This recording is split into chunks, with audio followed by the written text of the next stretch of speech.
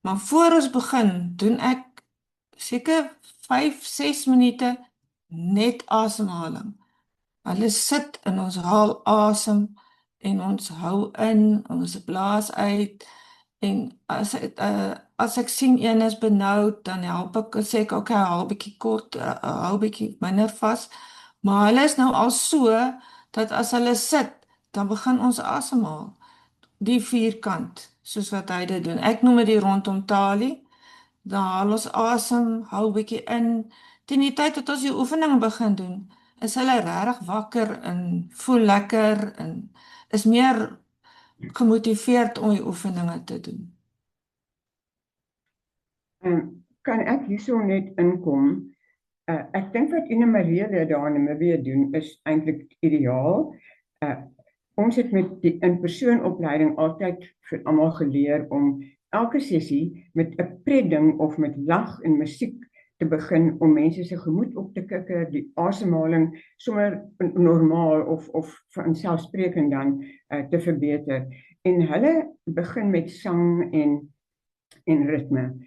En hy het nou ook gesê sang is jou beste.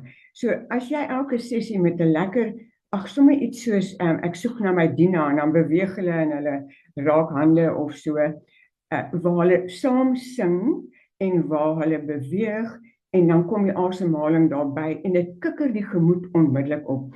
As jy met mense werk waar die gemoed opgekikker is en dat 'n bietjie meer suurstof in die gestel, dan kry jy beter samewerking en beter resultate.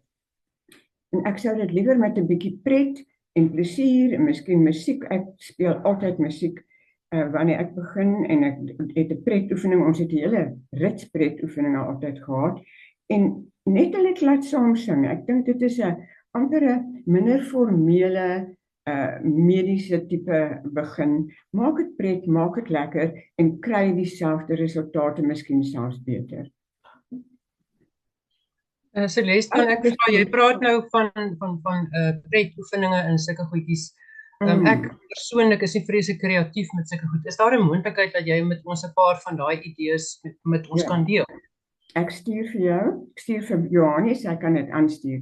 Wat ek ook hier wil sê is, ouer persone het te min pret. So maak seker daar's pret.